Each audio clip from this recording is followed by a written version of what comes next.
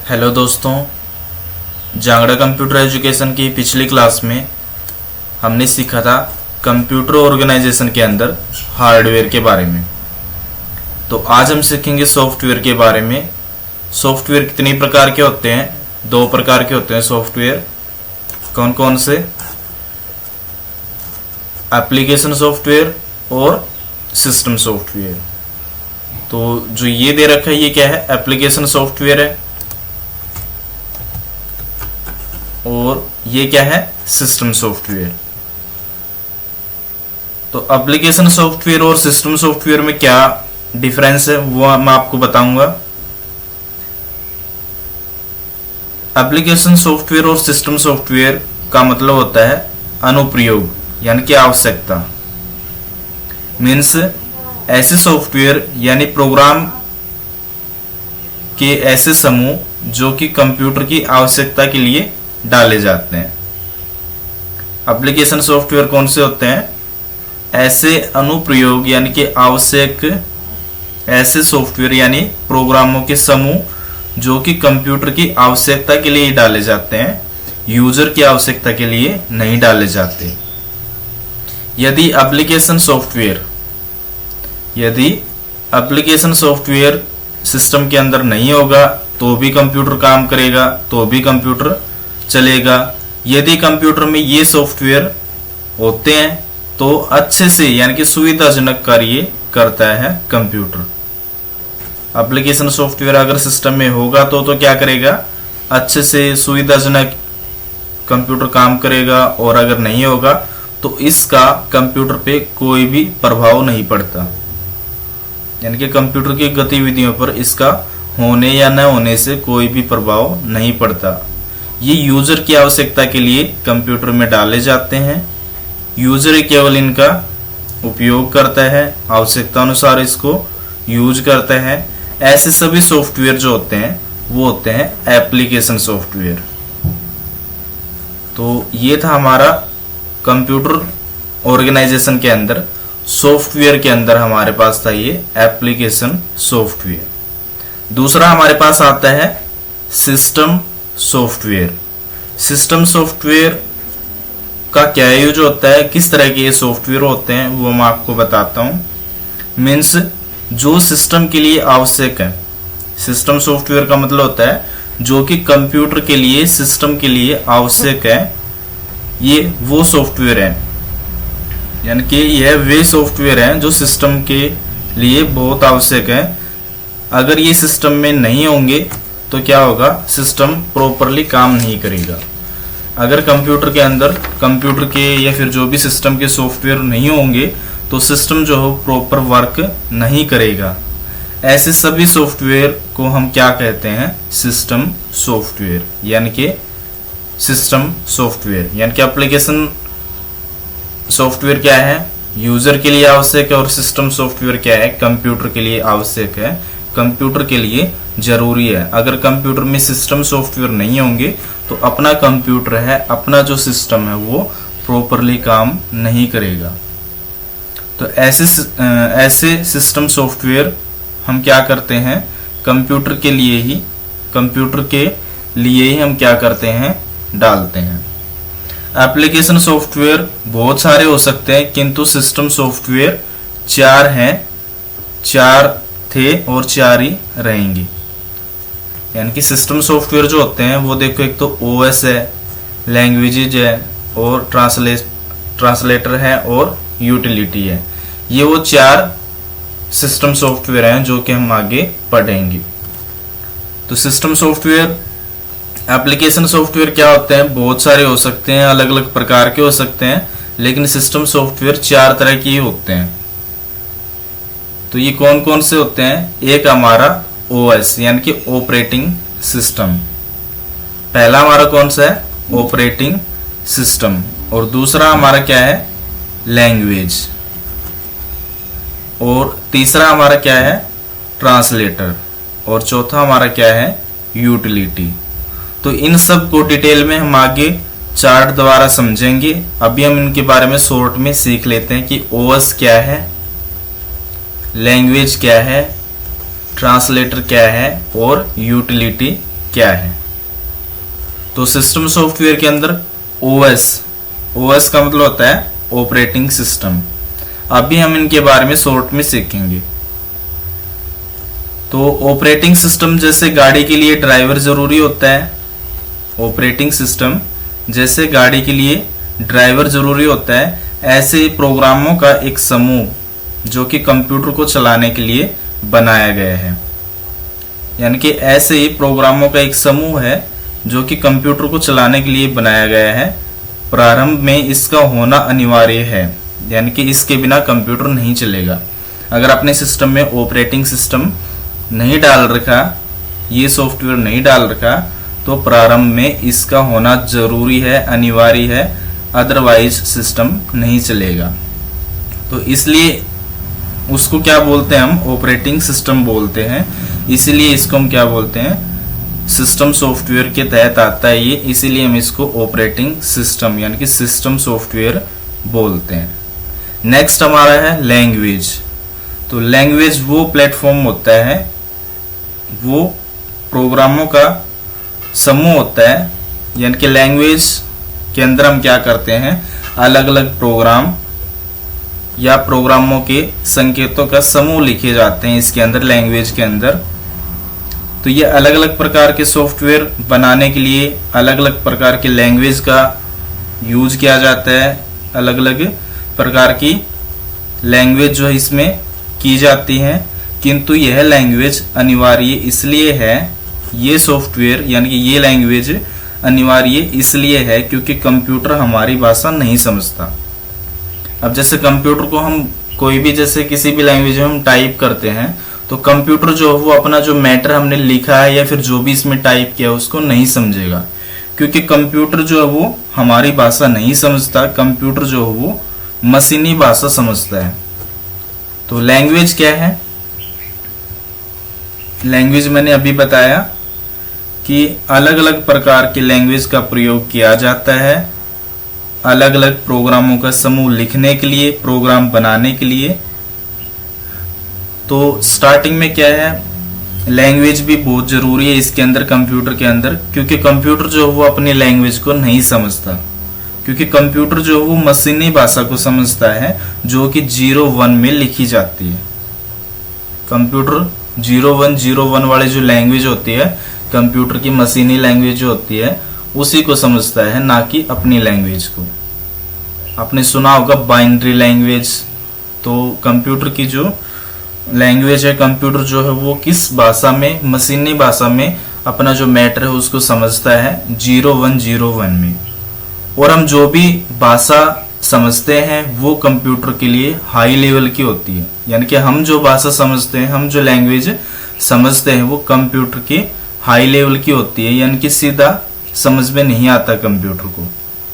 लेकिन जो हम लिखते हैं वो उस पर कुछ करता है और उसको समझता है और उसकी भाषा में चेंज होकर फिर वापस हमारी भाषा में रिजल्ट दिखाते हैं।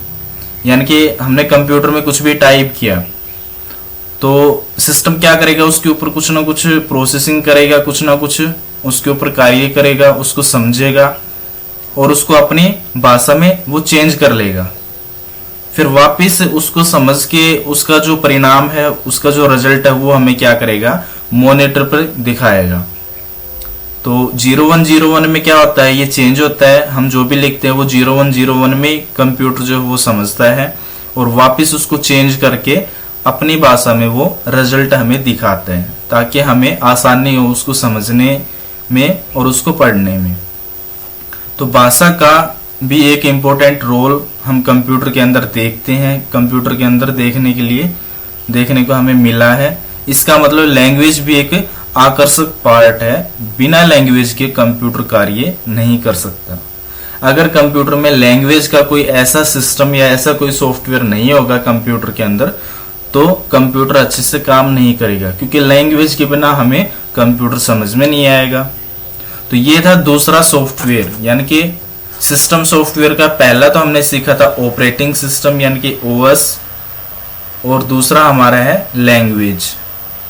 तीसरा हमारे पास है ट्रांसलेटर, यानी कि अभी मैंने बताया कि कंप्यूटर हमारी भाषा नहीं समझता, और हम कंप्यूटर की भाषा नहीं समझते। इसके लिए कंप्यूटर में कुछ ऐसे सॉफ्टवेयर बनाकर डाले जाते हैं जो हमारी भाषा को कंप्यूटर की भाषा में चेंज करते हैं और अपनी भाषा में चेंज करते हैं। यानी कि ऐसे प्रोग्राम या सॉफ्टवेयर ट्रांसलेटर कहलाए जाते हैं। यानी कि इस तरह की कोई भी सॉफ्टवेयर जो कि एक लैंग्वेज को दूसरी लैंग्वेज में चेंज करके उसको समझने में हमारी हेल्प करे, इस तरह के सॉफ्टवेयर को हम क्या कहते हैं? ट्रांसलेटर कहते हैं। ट्रांसलेटर मीन्स अनुवादक, यानी कि अनुवाद करने वाला। अनुवादक यानी कि अनुवादक नहीं होगा, यानी कि कंप्यूटर के अंदर, सिस्टम के अंदर अगर आपके पास ट्रांसलेटर नहीं होगा तो सिस्टम प्रॉपर वर्क नहीं कर पाएगा। यानी कि अगर हमें कोई वर्ड या फिर कोई भी लाइन समझ में नहीं आई तो हम क्या करते हैं? उसको ट्रांसलेट करते हैं ट्रांसलेटर द्वारा। अगर वो सिस्टम के अंदर नहीं होगा तो हम प्रॉपरली वर्क नहीं कर सकते कंप्यूटर के अंदर। तो ये था हमारा तीसरा ऑप्शन सिस्टम सॉफ्टवेयर का, यानी कि ट्रांसलेटर। चौथा हमारा है यूटिलिटी सॉफ्टवेयर। यूटिलिटी मीन्स उपयोगिता, उपयोगिता वाले सॉफ्टवेयर जो उपयोगी हैं। यूटिलिटी का मतलब होता है उपयोगिता वाले सॉफ्टवेयर जो कि उपयोगी हैं, सिस्टम को रिपेयर करते हैं, सिस्टम के लिए आवश्यक है, सिस्टम के लिए उसमें टूल्स हैं। इसके अलावा कुछ मनोरंजन के लिए भी बनाए गए हैं। यानी कि यूटिलिटी सॉफ्टवेयर में क्या क्या होता है? रिपेयर के लिए भी ये आवश्यक होते हैं, सिस्टम के लिए भी उसमें बहुत सारे टूल्स होते हैं। इसके अलावा कुछ मनोरंजन के लिए भी बनाए गए हैं। जैसे कंप्यूटर में पिक्चर देखने की, वीडियो देखने की या फिर कोई भी मूवी देखने की कोई सुविधा नहीं होगी तो कंप्यूटर को सब लोग नहीं खरीदते। यानी कि इस तरह की कोई फैसिलिटी अगर कंप्यूटर में नहीं होगी तो आम आदमी उसको नहीं खरीदेगा। यानी कि कुछ ना कुछ वो देखेगा कंप्यूटर को खरीदने से पहले भी, इसमें क्या क्या सुविधा है, किस तरह से ये उपयोग में हम ले सकते हैं, क्योंकि हर व्यक्ति कंप्यूटर को पूरे तरीके से नहीं जानता। एक कुछ अलग देखेगा, दूसरा कुछ अलग देखेगा इसमें सिस्टम में। तो इसलिए हर व्यक्ति मनोरंजन के लिए, हर व्यक्ति के टेस्ट के लिए बहुत सारी सुविधा डाली गई हैं ताकि सभी लोग इसे खरीदें। यानी कि कंप्यूटर के अंदर यूटिलिटी सॉफ्टवेयर द्वारा, यूटिलिटी सॉफ्टवेयर में क्या है? बहुत सारी ऐसी सुविधाएं मनोरंजन के लिए, टेस्ट के लिए बहुत सारी सुविधाएं डाली गई हैं ताकि सभी लोग इसे खरीदें। तो कंप्यूटर को, ऐसी सुविधाओं को हम यूटिलिटी सॉफ्टवेयर बोलते हैं। यानी कि इस तरह की सुविधाएं जो सिस्टम के अंदर सॉफ्टवेयर के रूप में डाली जाती हैं उनको हम क्या बोलते हैं? यूटिलिटी सॉफ्टवेयर, जो ऑपरेटिंग सिस्टम के साथ ही ऑटोमेटिक डलती हैं। यानी कि जब हम विंडो वगैरह डालते हैं कंप्यूटर में, कोई सॉफ्टवेयर हम डालते हैं, यानी कि ऑपरेटिंग सिस्टम सॉफ्टवेयर जो भी हम डालते हैं उसके साथ क्या है? ऑपरेटिंग सिस्टम के साथ ही उसे डिजाइन किया जाता है, डाला जाता है। यानी कि सिस्टम सॉफ्टवेयर, यानी कि ऑपरेटिंग सिस्टम जब हम कंप्यूटर के अंदर डालते हैं तो उसी के साथ यूटिलिटी सॉफ्टवेयर जो है वो ऑटोमेटिक इसके अंदर डल जाते हैं। तो अभी हमने सीखा सॉफ्टवेयर के अंदर एप्लीकेशन सॉफ्टवेयर जो कि यूजर के लिए ही जरूरी होते हैं। सिस्टम पे, सिस्टम की गतिविधियों पे इनका कोई भी प्रभाव नहीं पड़ता अगर एप्लीकेशन सॉफ्टवेयर नहीं होंगे तो। लेकिन सिस्टम सॉफ्टवेयर में से कोई भी एक सॉफ्टवेयर इन चारों में से नहीं होगा तो अपना सिस्टम जो है वो प्रॉपरली काम नहीं करेगा। अब वो सिस्टम सॉफ्टवेयर में देखो, सिस्टम सॉफ्टवेयर में कौन कौन से सॉफ्टवेयर मैंने आपको बताए? ओएस यानी कि ऑपरेटिंग सिस्टम, लैंग्वेज, ट्रांसलेटर्स और यूटिलिटी सॉफ्टवेयर। तो आज हमने इनके बारे में पढ़ा। नेक्स्ट हमारे पास है लाइववेयर। तो लाइववेयर में हमारे पास कितने टाइप हैं? यूजर, ऑपरेटर और प्रोग्रामर। तो अभी हम सीखेंगे लाइववेयर में यूजर। तो नेक्स्ट हमारा है लाइववेयर। इसमें हम देखते हैं यदि कंप्यूटर, हम जैसे लोग उसको नहीं चलाने वाले हैं, नहीं चलाएंगे तो कंप्यूटर अधूरा है। यानी कि सिस्टम अपने पास रखा है, कोई यूजर है नहीं उसको चलाने वाला, तो वो कंप्यूटर क्या है, बिना यूजर के वो अधूरा है। तो कंप्यूटर ऑटोमेटिक जो वो चल नहीं सकता। लाइववेयर मीन्स हम लोग, यानी कि हम लोगों को 3 कैटेगरी में डिवाइड किया गया है, डिवाइड किया जा सकता है। एक होता है यूजर, जो कि कंप्यूटर को यूज करता है, अपनी आवश्यकता अनुसार कंप्यूटर को चलाता है, कंप्यूटर पे काम करता है, उसको हम क्या बोलते हैं, यूजर। तो लाइववेयर में 3 कैटेगरी में हमने क्या किया, लाइववेयर को डिवाइड कर दिया। यूजर यानी कि जो कि कंप्यूटर को चलाने वाला, कंप्यूटर को चलाता है अपनी आवश्यकता अनुसार। और दूसरा है ऑपरेटर। ऑपरेटर जो कि कंप्यूटर को पूरी तरह से ऑपरेट करता है। ऑपरेटर का मतलब होता है कंप्यूटर को पूरी तरह से ऑपरेट करने वाला ऑपरेटर कहलाता है। यानी कि आवश्यकता वाले जो भी कार्य हैं वो एक ऑपरेटर जो है करता है, उसको हम क्या बोलते हैं, ऑपरेटर कहते हैं। तो और इसी प्रकार से हमारे पास जो 3 नंबर जो लाइववेयर का पार्ट है वो क्या है, प्रोग्रामर। तो प्रोग्रामर जो होते हैं वो कंप्यूटर के लिए प्रोग्राम बनाने वाले होते हैं। प्रोग्रामर जो होते हैं वो कंप्यूटर के लिए अलग अलग टाइप के प्रोग्राम बनाते हैं, लिखते हैं अलग अलग लैंग्वेज में, अलग अलग यानी कि लैंग्वेज के अंदर वो लिखते हैं, वैसे भी प्रोग्रामर कहलाते हैं। यानी कि प्रोग्रामर वो यूजर होते हैं, प्रोग्रामर वो होते हैं जो कंप्यूटर के लिए अलग अलग प्रोग्राम बनाते हैं, कंप्यूटर के लिए अलग अलग लैंग्वेज में किसी भी तरह के प्रोग्राम डिजाइन करते हैं, उनको हम प्रोग्रामर कहते हैं। तो एक प्रोग्रामर जो है वो यूजर और ऑपरेटर भी हो सकता है, यानी कि प्रोग्रामर जो है वो यूजर भी हो सकता है और ऑपरेटर भी हो सकता है। बट जैसे यूजर, ऑपरेटर और प्रोग्रामर, किंतु एक यूजर, ऑपरेटर, प्रोग्रामर नहीं हो सकता। क्योंकि यूजर तो क्या होता है, वो कभी कभी कंप्यूटर को यूज करता है। ऑपरेटर क्या करता है, वो आवश्यकता वाली जो भी आवश्यकता जनक जो है वो कार्य करता है, काम करता है। और प्रोग्रामर खाली क्या करता है, कंप्यूटर के लिए अलग अलग टाइप के प्रोग्राम बनाता है। तो प्रोग्रामर जो है वो यूजर भी हो सकता है, ऑपरेटर भी हो सकता है, बट एक यूजर, ऑपरेटर, प्रोग्रामर नहीं हो सकता। तो आज हमने सीखा कंप्यूटर ऑर्गेनाइजेशन का पूरा संगठन। यानी कि कंप्यूटर ऑर्गेनाइजेशन जो है वो इन 3 भागों में बांटा गया है, हार्डवेयर, सॉफ्टवेयर और लाइववेयर। पिछली वीडियो में मैंने आपको बताया था हार्डवेयर के बारे में। तो आज का हमारा टॉपिक था सॉफ्टवेयर कितनी प्रकार के होते हैं। सॉफ्टवेयर 2 प्रकार के होते हैं, एप्लीकेशन सॉफ्टवेयर और सिस्टम सॉफ्टवेयर। सिस्टम सॉफ्टवेयर में कौन कौन से टाइप है वो मैंने आपको बताया आज। और लाइववेयर में कौन कौन से पार्ट हैं, यूजर, ऑपरेटर, प्रोग्रामर, ये कौन कौन होते हैं। तो आज हमारा टॉपिक जो वो कंप्यूटर ऑर्गेनाइजेशन कंप्लीट हो गया है। नेक्स्ट वीडियो में यानी कि नेक्स्ट पार्ट में मैं इनके बारे में पूरी डिटेल से बताऊंगा। यानी कि यूजर, ऑपरेटर, जो इनपुट डिवाइस, आउटपुट डिवाइस है, हार्डवेयर, सॉफ्टवेयर, लाइववेयर के कुछ बेसिक हमने कंसेप्ट जो वो क्लियर कर लिए हैं।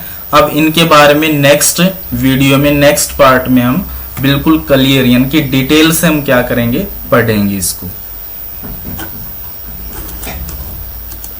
नमस्कार, थैंक यू।